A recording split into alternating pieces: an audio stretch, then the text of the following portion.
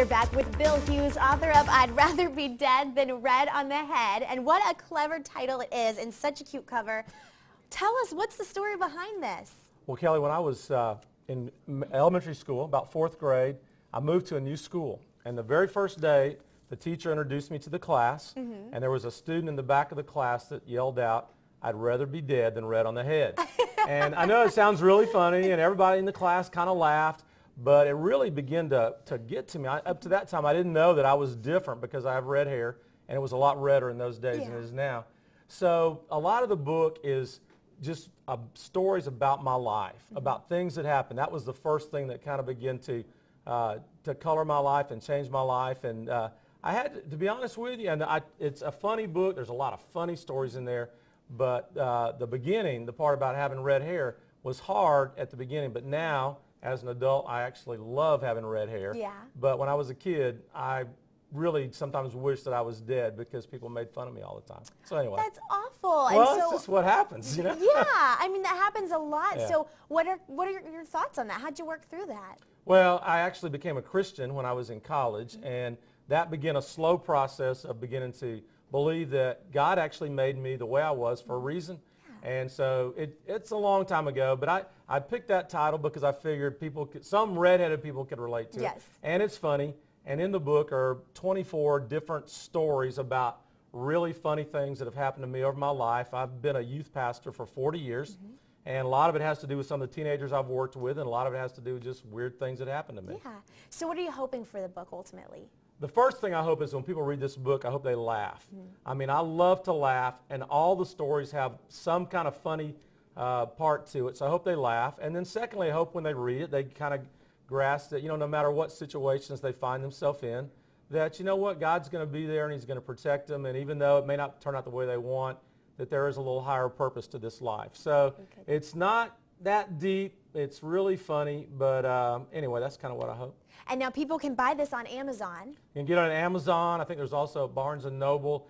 There's also, you can go to, it's published by Tate Publishing out of Oklahoma, but they've got a website. You can look for it there. You can look for my website. There's also a website for the book and a Facebook page for the book, I'd Rather Be Dead Than Red on the Head.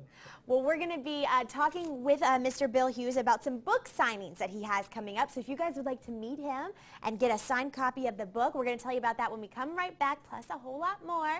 On over to you, Melanie. Back with Bill Hughes, author of I'd Rather Be Dead Than Red on the Head. And it sounds like such a funny book. But I want to know how you decided to write it. Well, Kelly, I've been a youth pastor for 40 years.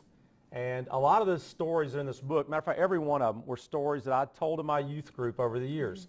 And some of the kids said, you know, you need to write some of this stuff down. So I did. I sent it off to some publishers, and these folks at Tate Publishing were nice enough to do the book. And, you know, that's just kind of how it got going. That's wonderful. So how long did it take you? Oh, I guess I probably wrote on it about a year and a half.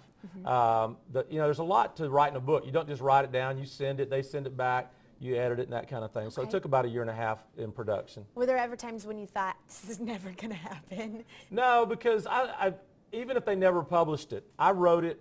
In a lot of ways, I wrote it for me. I've got a couple of children. They're now grown, but I thought it'd be something they'd like to maybe have one day, you know, kind of stories that their dad used to tell, some of his crazy stories he used to tell to the youth group. So yeah, I was just doing it really for the fun of it, really. That's wonderful, and what a special gift to be able to give your children. They will definitely appreciate that, I'm sure. Well, you do have some book signings coming up. We want to make sure to tell everybody about that. February 6th, that's coming up here soon, at the Cook County Library in Adel. Exactly. It's 1 to 3 p.m., and if you're in Cook County, come on by. Now, you've got another one February 9th in Tifton. Where's that one? Okay, that's at Dave's Bread and Coffee House. I'm from Tifton. I'm actually at First Baptist Tifton.